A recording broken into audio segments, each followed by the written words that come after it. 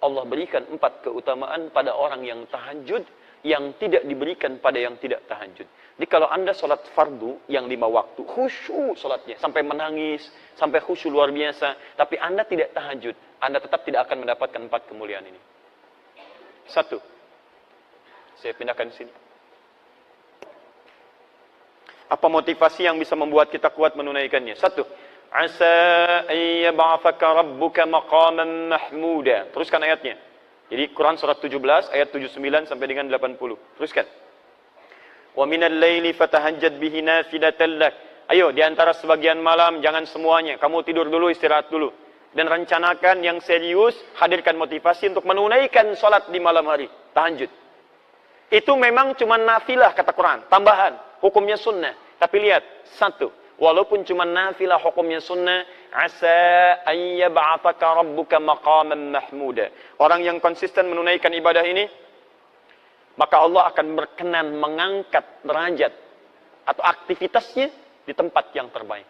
Singkatnya, orang yang rajin tahajud akan diangkat derajatnya oleh Allah dengan menempatkannya di karir terbaik dalam aktivitas kehidupannya. Karir terbaik.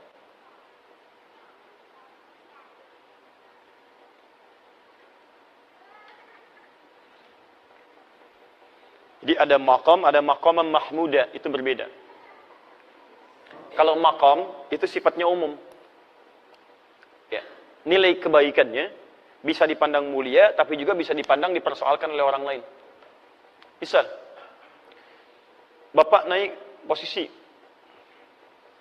Misalnya ada promosi jabatan jadi direktur. Naik ya, karirnya naik. Berarti dapat maqam tuh, dapat kedudukan. Apakah kedudukan yang dititipkan oleh Allah pada Anda bisa otomatis membuat orang lain senang? Belum tentu. Kok dia yang diangkat ya? Padahal dia baru masuk kemarin. Dia junior saya dan sebagainya. Nah, itu maqam. Tapi ada yang kedua. Begitu orang ini diangkat, semua mengatakan memang dia yang layak untuk mendapatinya. Dia yang layak. Sulit bagi orang mempersoalkannya. Mau cari celah nggak bisa. Karena semuanya sudah menutup celah-celah keburukannya. Bagus tuh. Nah, itu yang disebut dengan maqam mahmuda. Susah. Mau dihapus aja susah. Mau dibolak-balik papan tulisnya nggak bisa tuh. Ya. Pas di situ. Misal, itu maqaman mahmuda. Nggak apa-apa. Sudah? Baik, jadi orang yang rajin tahajud, ini nasihat saya. Orang yang rajin tahajud, ditunaikan dengan benar, maka hal pertama yang Allah anugerahkan kepada kita, apapun aktivitasnya, Allah akan tempatkan di tempat yang terbaik dalam kehidupannya. Misal, kalau Anda misalnya pengusaha atau berbisnis atau apapun dalam kehidupan, termasuk ibu misalnya beraktivitas, maka Allah akan tempatkan di tempat terbaik menurut Allah, bukan menurut manusia. Kalau menurut manusia begini, posisi yang terbaik, manajer atau direktur? Bu, oh ibu langsung direktur itu ya. Baik. Direktur, alhamdulillah. Sekarang pilih mana bu? Direktur gajinya misalnya, taruhlah 200 juta sebulan. Tapi maaf, kesulitannya meningkat. Sulit sholat, banyak rapat, ya, kemudian mohon maaf aktivitasnya jadi melebar, ya, aktivitas bahkan dekat dengan maksiat. Kalau dulu misalnya, ya, mohon maaf ya, mainnya tenis, sekarang sudah golf, ya, yang dilihat sudah lain, yang dipukul sudah lain, yang nemani sudah lain. Kalau dulu yang ngantar-ngantar bawa mapnya laki-laki, sekarang direktur, sekretarisnya perempuan, misal. Atau manajer, gajinya beda sedikit lah, 100 juta misalnya. Sholatnya enak, nyaman. Jumatan juga nyaman, masih bisa ikut tausiah. Aktivitas bisa menghindar dari banyaknya maksiat. Ibu pilih mana sekarang, manajer atau direktur? Ah, sudah. Baik, ganti lagi Bu, ganti supaya paham betul. Manajer dengan pegawai biasa. Manajer levelnya gaji 100 juta. Masya Allah, tapi sholat susah, Jumatan susah, pengajian susah. Baik, peluang maksiatnya tinggi, gaulnya itu sudah mulai meningkat. Pegawai biasa, turunkan, gaji cuma 1 juta. Sholatnya enak, nyaman. Jumatan bisa, taklim lancar, maksiat tertinggalkan. Ah, ibu pilih mana? Manajer 100 juta, potensi maksiat tinggi, pegawai biasa 1 juta dekat dengan Allah. Ayo.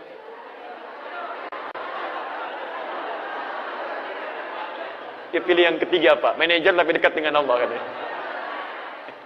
Nah kadang begini Pak, kadang-kadang dalam kehidupan itu seperti itu.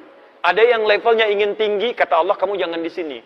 Kalau kamu naik ke sini, kamu cuma keinginan, tapi ke depan kamu tidak tahu apa yang terjadi. Jabatan ini banyak diincar, tapi peluang keburukannya banyak. Banyak proyek yang tidak jelas. Di pergaulannya akan banyak maksiatnya. Kamu akan tertinggal banyak ibadahnya. Maka Allah tempatkan Anda. Bahasa orang lain cuma wakil. Tapi wakil itu, dunia dicukupkan, akhirat enak, keadaan nyaman. Bukan berarti nggak sampai level tertingginya, bukan. Tapi Allah memberikan karir terbaik menurut Allah Subhanahu wa Ta'ala. Itu yang disebut dengan maqam mahmudah. Paham ya?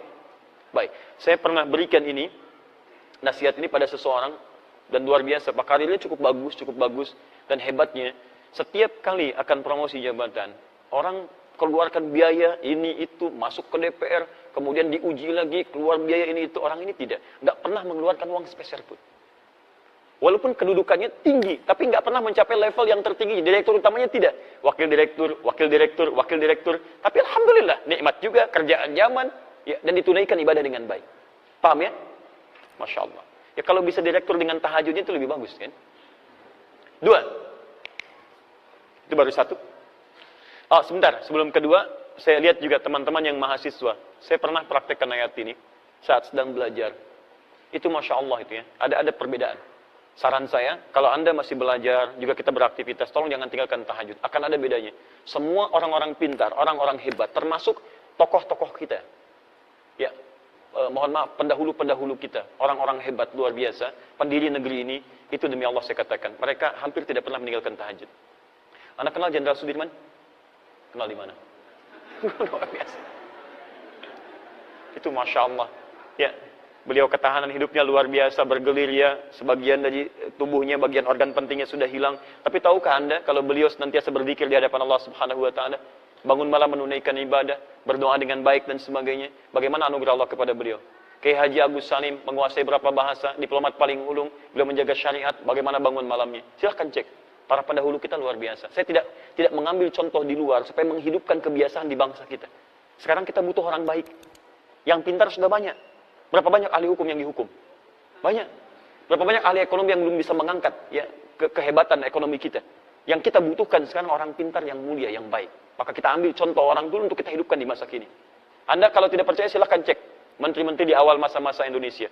Bagaimana mereka tawadhu'nya. Bagaimana mereka hidup dengan bersahajanya. Siapa Bung Hatta? Anda cari lagi.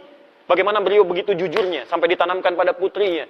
Ketika menerima kertas akan nulis surat, kata bapaknya, ini kertasnya kertas siapa? Kertas dari KBRI saya pinjam. Jangan gunakan fasilitas negara untuk kepentingan pribadi. Anda bisa bayangkan, putrinya mau menulis surat kepada bapaknya, menggunakan kertas untuk kertas negara. Di KBRI dia mau pinjam. Kata bapaknya, jangan gunakan kertas negara untuk kepentingan pribadi. Anda bisa bayangkan. Anda kenal M. Nasir, Perdana Menteri pada saat itu. Bagaimana hidupnya diabdikan untuk bangsa. Levelnya luar biasa. Qurannya, hadisnya, prakteknya sampai dihormati di Timur Tengah. Hanya cukup kalimatnya bisa menggerakkan Timur Tengah pada saat itu. M. Nasir. Tahukah Anda setelah selesai jabatannya cuma sepeda yang ditenteng di tangannya. Dan tidak memiliki rumah pada saat itu. Itulah yang kita butuhkan saat ini. Makanya bangsa kita terangkat mulia. Dan saya punya keinginan kita berubah jadi baik. Ketika kita baik, semua akan terangkat dalam kebaikan. Itu poinnya. 2. Wa qur rabbi adkhilni mudkhala sidqin. Dan katakan Muhammad, Rabbi adkhilni mudkhala sidqin. Ya Allah, mohon bimbing aku mengawali pekerjaan dengan baik. 1, mendapatkan karir terbaik. Saya terjemahkan pakai terjemah balaghah ya, bukan terjemah biasa. Ya, kalau terjemah biasa mungkin bisa beda kelihatannya. Saya terjemahkan pakai terjemah ilmunya, pakai balaghahnya. 2, mendapat bimbingan Allah. Bimbingan Allah. Bapak kerja dibimbing pimpinan, mudah pekerjaan. Siapa yang tidak mudah dibimbing Allah Subhanahu wa Ta'ala? Dan lihat bedanya ya. Jadi kalau Allah bimbing seorang hamba, bimbingan itu disebut dengan hudan namanya, hudan. Ada yang sifatnya meningkatkan keimanan, jadi iman semakin kuat. Punya kecenderungan untuk mendekat pada Allah. Contohnya Quran, surah ke-18, ayat ke-13, untuk para pemuda. Ada pemuda yang dibimbing Allah, meningkat keimanannya. Disebut dengan Ashabul Kahf. Innahum fityatun amanu birabbihim wazidnahum huda. Ya, ada pemuda yang keimanannya bertambah karena mendapat petunjuk Allah Subhanahu wa Ta'ala. Ada kedua, hudan di situ adalah bimbingan untuk meningkatkan ibadah. Ya, ada perubahan dalam hidup, seakan-akan sekarang ingin rajin ibadah. Dulu cuma salat fardu sendirian, sekarang pengen berjamaah, pengennya di masjid. Dulu jarang baca Al-Quran, sekarang pengen baca Quran, bahkan pengen menghafal, pengen sedekah, pengen puasa sunnah. Itu juga hudan yang kedua. Dalilnya di Al-Baqarah ayat 2 sampai dengan ayat yang ke-5-nya. Dzalikal kitabu la raiba fih hudan lil. Ketika hudan disebutkan pada muttaqin, apa bentuknya? Peningkatan amal saleh. Alladzina yu'minuna bil ghaib wa yuqimunas shalah wa mimma razaqnahum yunfiqun, dan seterusnya ayat. Ada hudan yang ketiga, ini yang paling dahsyat. Bimbingan Allah dalam semua level kehidupan. Bahkan bimbingannya nempel begini. Perhatikan sini. Ini apa? Ini apa? Mic. Spidolnya di mana? Di atas mic. Sekarang spidolnya di mana? Di atas mic. Dua-duanya di atas. Perbedaannya apa? Menempel dengan tidak. Kalau seperti ini, kita katakan dalam bahasa al-qalam fauqa mikrofon, fauqa mukabbirus shaut. Spidol berada di atas mikrofon. Tapi kalau kita katakan begini, kalimatnya berubah. Al-qalam ala mikrofon. Ala. Spidol berada di atas, nempel dengan mikrofon. Perhatikan, kalau saya taruh di atas begini menggantung, mikrofonnya saya geserkan begini, tetap ininya menggantung kan? Menggantung, menggantung, menggantung. Kalau saya terpisah jauh berarti sudah terpisah dari sini kan? Lihat sini. Ini di atas. Saya geser sini, ini masih di atas. Saya geser sini, masih di atas. Tapi kalau saya geser begini, sudah terpisah. Tapi kalau begini, mau digeser kemanapun, ikut dia. Ada orang-orang yang menempel dengan bimbingan Allah Subhanahu wa Ta'ala. Nempel. Di kemanapun dia berada, bimbingan Allah menyertai dalam kehidupan. Ala. Bimbingan disebut hudan, pedoman. Yang menempel disebut dengan ala. Quran surah kedua, ayat yang kelima. Paling kiri sebelah bawah. Ulaika ala hudan. Bukan fauqa hudan. Ala hudan min rabbihim. Ada orang-orang yang berikhtiar mengerjakan amalan-amalan sampai melekat padanya bimbingan Allah Subhanahu wa Ta'ala. Siapa di antara orang-orang itu? Kalau ingin jalan pintas, dekati Allah lewat tahajud. Asa ayyab'atsaka rabbuka maqaman mahmuda wa qur rabbi adkhilni mudkhala sidqin. Ya Allah, mohon masukkan aku dari tempat awal yang baik. Maksudnya bimbing saya setiap mengerjakan aktivitas. Bukan cuma bekerja, Pak, bukan cuma belajar, bukan cuma di rumah tangga, Bu. Lihat sini. Bukankah kita saat bangun tidur mata mulai melihat?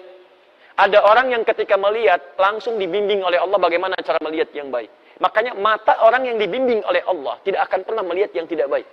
Begitu melihat yang tidak baik, dia palingkan. Coba Anda saat bangun tidur apa yang dilihat? Hah?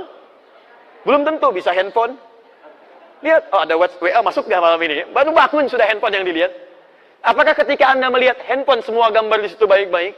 Ada iklannya, ada yang tidak baiknya. Begitu Anda melihat yang tidak diperkenankan oleh Allah, begitu dilihat, Allahu Akbar, astagfirullah, sudah, cari, palingkan.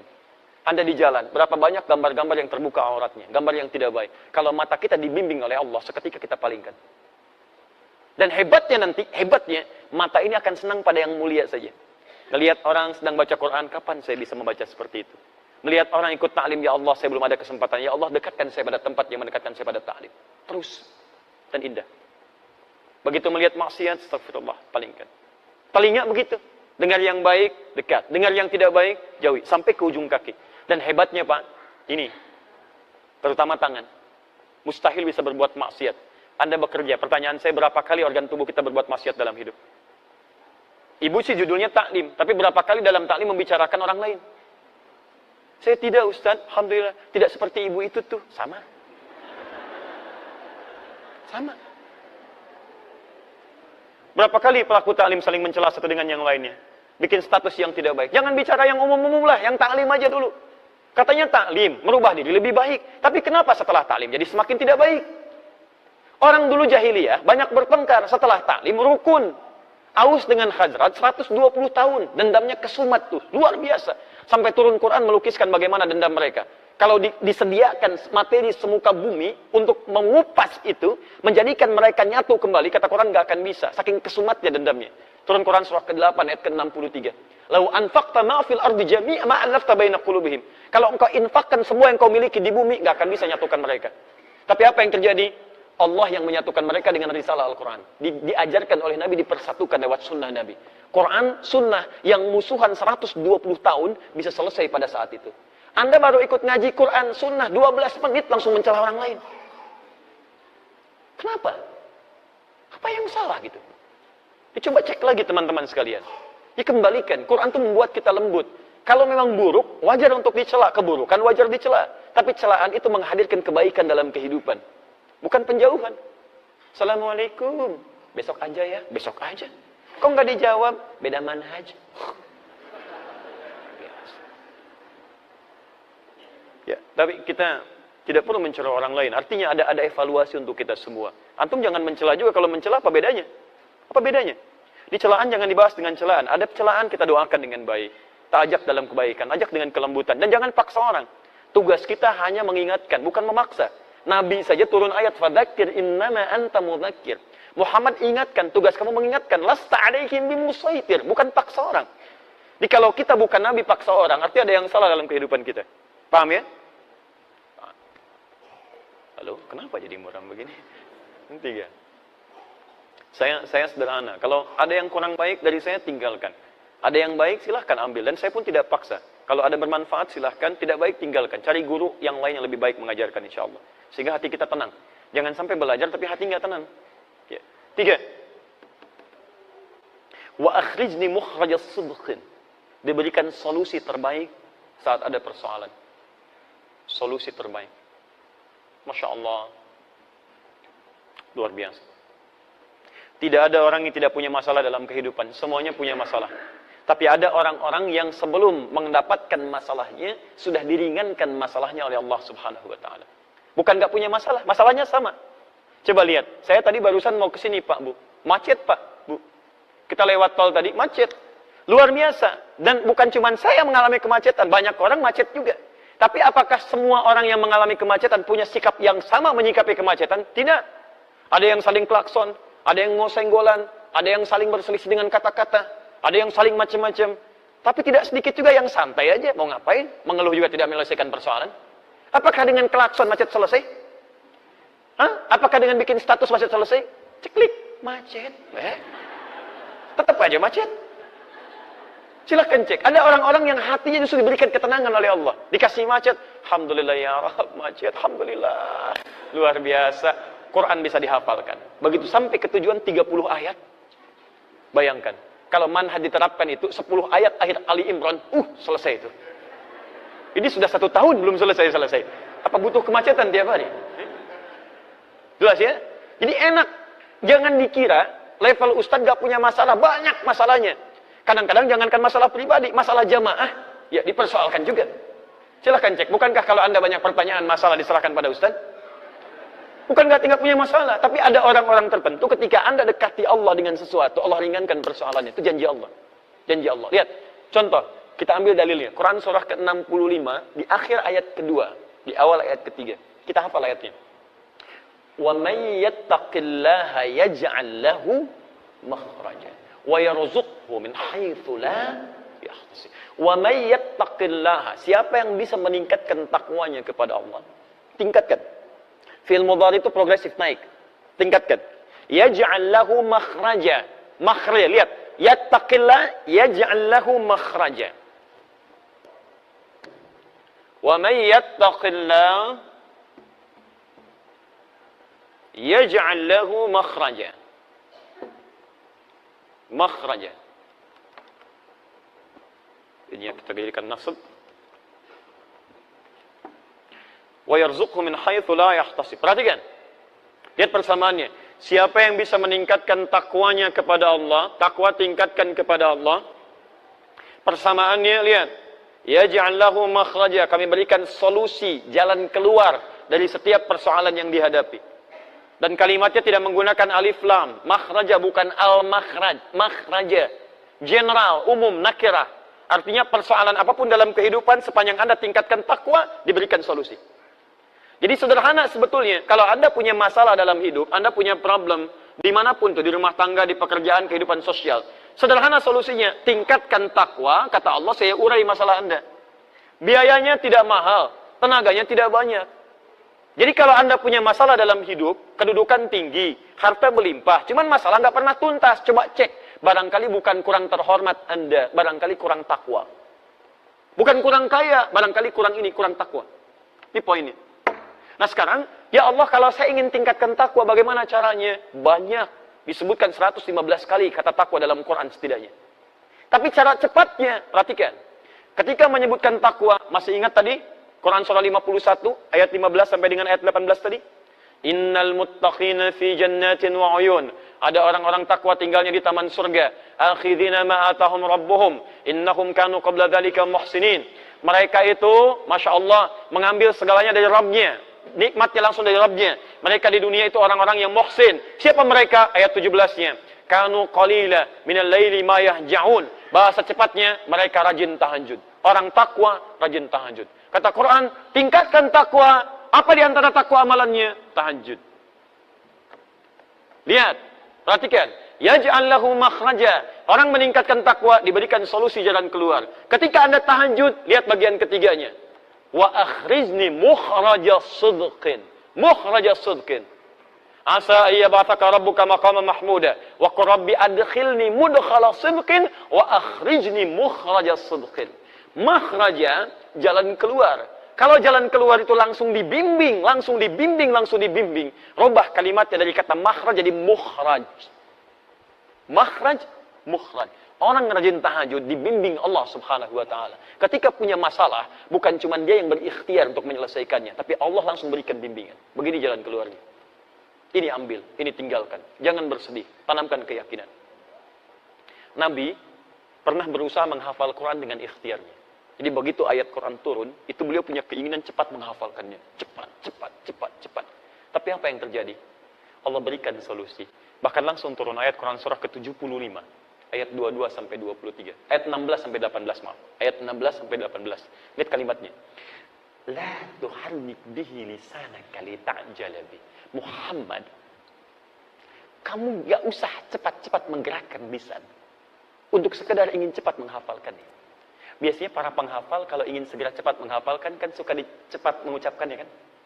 Inna fi khalqis samawati wal ardi wa ikhtilafil laili wan nahari laayatin liulil albab, laayatin liulil albab, laayatin liulil albab. Ulang diulang gitu kan? Tayyib. Lihat sini. Nabi Muhammad tidak. Muhammad jangan cepat-cepat gerakan lisan untuk cepat menghafalkannya. Inna alaina jam'ahu wa qur'ana. Biarkan kami yang menghimpun Quran dalam jiwamu. Fa'idha qara'nahu. Bagaimana cara menghimpunnya? Allah akan bimbing bacaannya. Jadi begitu dibacakan, dibimbing, fattabi' Qur'ana. Kamu ikuti saja bimbingan bacaan itu. Ini ada orang-orang yang menghafal Qur'annya, bukan cuma dia berikhtiar menghafal, tapi Allah tanamkan bacaan Qur'annya. Jadi ketika dia baca ada bimbingan dalam jiwanya. Cepat, seakan-akan mengalir begitu deras. Kami pernah ambil manhaj ini, diterapkan kemudian dan jadi buku. Itu yang kita bahas setiap pekan, setiap Kamis malam Jumat lewat Akhir TV ba'da maghrib. Dan jadilah kemudian pedoman menghafal Quran dalam 30 hari. Sekarang Pak, ada perlomba-lomba orang menghafal Quran, bukan hitungan masa 2 tahun lagi. Ada yang 27 hari, ada yang 25 hari. Saya bermohon pada Allah, semoga Anda termasuk bagian darinya insya Allah. Dan tidak cukup dengan amin. Mulai dulu menghafal. Mulai. Ya, ambil, kan kita sudah bagikan bukunya gratis itu ya. Lihat sini, fokus teman-teman. Apa amalan Nabi, sampai Allah berkenan, memudahkan urusannya, gak usah capek. Apa amalannya? Ternyata salah satunya, bukankah Nabi orang yang paling kuat tahajudnya? Bukankah Nabi orang yang sampai bengkak-bengkak dalam rakaat pertamanya? Nanti saya bahas ketika sampai pada caranya. Dan ayat ini turun, Quran surah 17 ayat 79 sampai 80 ini, bukankah ayat itu diturunkan untuk mengisahkan peristiwa ditolongnya Nabi dalam pengepungan pada saat itu oleh 100 pemuda, pasukan khusus pada saat itu. Jadi kalau sekarang kita di komplek angkatan laut ada pasukan khususnya, yang hantu laut luar biasa, terbaik di dunia, Denjaka. Ya di Tasmen Jalan Mangkara, kalau dulu itu misal seperti itu 100 orang. Pedang terhunus, jangankan manusia. Kata sejarawan mengatakan, ini hewan lewat ketahuan. Hewan saja. Bahkan mengatakan lalat itu datang sudah ketahuan. Dan Nabi SAW dikepung di dalam rumah itu. Jadi ini ada rumah, kediaman, di dalamnya ada 3 orang, Rasulullah SAW, Abu Bakar radhiyallahu ta'ala anhu, Ali bin Abi Thalib radhiyallahu ta'ala anhu. Dua-duanya orang terkasih Nabi. Dan tidak boleh memisahkan satu di antara keduanya. Karena dua-duanya dipuji Nabi, punya kemuliaan tingkat tinggi luar biasa. Abu Bakar, apa dibandingkan dengan kita? Hei orang-orang yang seringkali mencela Abu Bakar, apa faedah Anda di hadapan Abu Bakar radhiyallahu ta'ala anhu? Beliau itu menantu Nabi, mertua Nabi, sahabat Nabi. Dipilih oleh Nabi, menemani Nabi ke Madinah. Kalau bukan orang biasa, itu mustahil dipilih Nabi. Kenapa beliau yang dipilih? Dipilih Nabi, menemani Nabi. Orang yang pertama kali, termasuk pertama beriman kepada Nabi. Mengorbankan hartanya untuk dakwah Nabi. Menemani Nabi sampai dengan ke Madinah. menjadi mertua Nabi sallallahu alaihi wasallam. Saat wafat makamnya di samping Nabi. Hidup dengan Nabi di dunia, kuburnya di samping Nabi, dan di akhirat bersama Nabi sallallahu alaihi wasallam. Lantas Anda dengan mudah mengatakan celaan kepada sahabat Abu Bakar. Anda siapa? Sahabat Nabi bukan, menemani Nabi tidak, berinfak untuk dakwah Nabi juga tidak, mertua Nabi bukan, tetangga Nabi bukan, kerabat Nabi bukan. Wafat Anda jauh dari makam Nabi. Dan belum ada ayat turun menjamin surga Anda. Anda siapa? Abu Bakar. Kedua, Ali bin Abi Thalib. Duhai yang merendahkan sahabat Ali bin Abi Thalib. Anda siapa? Ali bin Abi Thalib termasuk keluarga Nabi. Pemuda yang sangat luar biasa. Dipuji Nabi. Dan dipilih untuk mendampingi putri terkasih Nabi. Kalau bukan orang yang luar biasa, mustahil dipilih. Masa mau titipkan pada yang lain? Yang dipilih Ali bin Abi Thalib. Jenius orangnya. Pemuda ahli surga. Luar biasa. Dipilih. 3 orang berada di situ. 3-3-nya mulia. Tapi hebatnya, ketika Nabi mengetes wala wal bara itu luar biasa. Kata Nabi, Abu Bakar, ikut saya. Temani saya hijrah. Siap ya Rasulullah. Ali, kamu tidur. Ini yang hebat. Ali, kamu tidur di tempat saya ini. Lakukan penyamaran. Tidur. Dan itu kan tempat tidurnya Nabi yang diincar taruhannya nyawa. Dan hebatnya sahabat Ali tidak protes. Sayyidina Ali radhiyallahu ta'ala enggak protes. Ya Rasulullah, jangan saya lah. Abu Bakar yang tuaan dikit. Misalnya tidak. Tidak. Abu Bakar, ikut saya. Kamu tidur. Tapi kisahnya bukan di situ. Kisahnya, kok bisa pasukan khusus yang tahan dari kantuk dan macam-macam tiba-tiba bisa dibikin kantuk pada saat itu? Waktunya tiba, lenggang aja keluar walaupun gak bawa kangkung. Silahkan cek. Jalan keluar. Nabi SAW dengan sahabat Abu Bakar keluar dari situ. Penjagaan 100 pemuda. Pedang terhunus. Tiba-tiba keluar begitu saja. Ditutup pandangannya. Ditutup. Apa yang bisa menyebabkan itu? Ayat-ayat yang turun tentang peristiwa tadi. Di antaranya ayat-ayat tahajud. Wa akhrijni mukhrajas sidqin. Allah yang langsung bimbing Nabi keluar dari tempat pengepungan itu. Jadi kalau Anda, mohon maaf teman-teman sekalian, ayat ini turun kalau kita ambil kaidah asbabun nuzul, al-ibratu bi umumil lafzi la bi khususis sababi. Hikmah dari ayat, hukumnya jangan dilihat dari asbabun nuzulnya, tapi dilihat dari keumuman makna ayatnya. Artinya, Allah ingin menyampaikan, kalau Anda sedang dikepung oleh persoalan kehidupan, membuat Anda tertekan, membuat Anda seakan-akan punya perasaan gelap, seakan-akan lemah dan sebagainya, ahli tahajud akan dilindungi oleh Allah Subhanahu wa taala. Tunjukkan pada saya pekerjaan mana yang Anda kerjakan gak ada saingan. Kadang-kadang ada yang ingin menyingkirkan, menyungkurkan jahat terhadap Anda. Salah satu caranya, Anda bangun malam, dekati Allah Subhanahu wa taala. Kalau sudah dekat dengan Allah, siapa yang bisa mengalahkan Allah dan berani berperang dengan Allah Subhanahu wa taala? Paham ya? Terakhir. 4. Waj'alni min ladunka sultanan nasira. Saya mohon maaf ya, lebih sedikit dari 2:30 ya, untuk menyempurnakan ini dulu. Waj'alni min ladunka sultanan nasira. Dan mohon ya Allah, jadikan untuk saya pertolongan langsung darimu. Jadi kalau yang tadi dibimbing, diberi solusi, kalau yang keempat ditolong langsung oleh Allah tanpa perantar. Di ahli tahajud mendapat perlindungan langsung dari Allah Subhanahu wa taala. 3 hilang, 1 datang. 1, 2, 3, 4. Karir terbaik, bimbingan dari Allah, solusi. Yang keempat, mendapat perlindungan dari Allah Subhanahu wa taala. Masya Allah. Kalau sudah seperti itu, apalagi yang disoalkan? Maka Anda semua akan mengatakan, kalau nggak percaya, lakukan dulu. Maka ketika Anda sudah mendapatkannya, Anda akan mengatakan, wa qul ja'al haqq wa zahaqal batil, innal batila kana zahuqa. Benar memang yang datang dari al-haq, sungguh benar dari Allah Subhanahu wa taala. Kebatilan akan hilang. Kebatilan dari perasaan saya, kebatilan dari pikiran saya, kebatilan dari tindakan saya, dan kebatilan yang datang dari banyak orang hilang semua dengan kedekatan kita bersama Allah Subhanahu wa taala. Jelas? Dulu ada slogan, bersama kita bisa. Ahli tahajud beda, bersama Allah kita bisa. Paham ya? Jangan dipotong video saya, mohon teman-teman di media sosial dan sebagainya. Ini khusus bahasan tahajud, bukan yang lain. Sudah? Jelas sampai sini? Baik.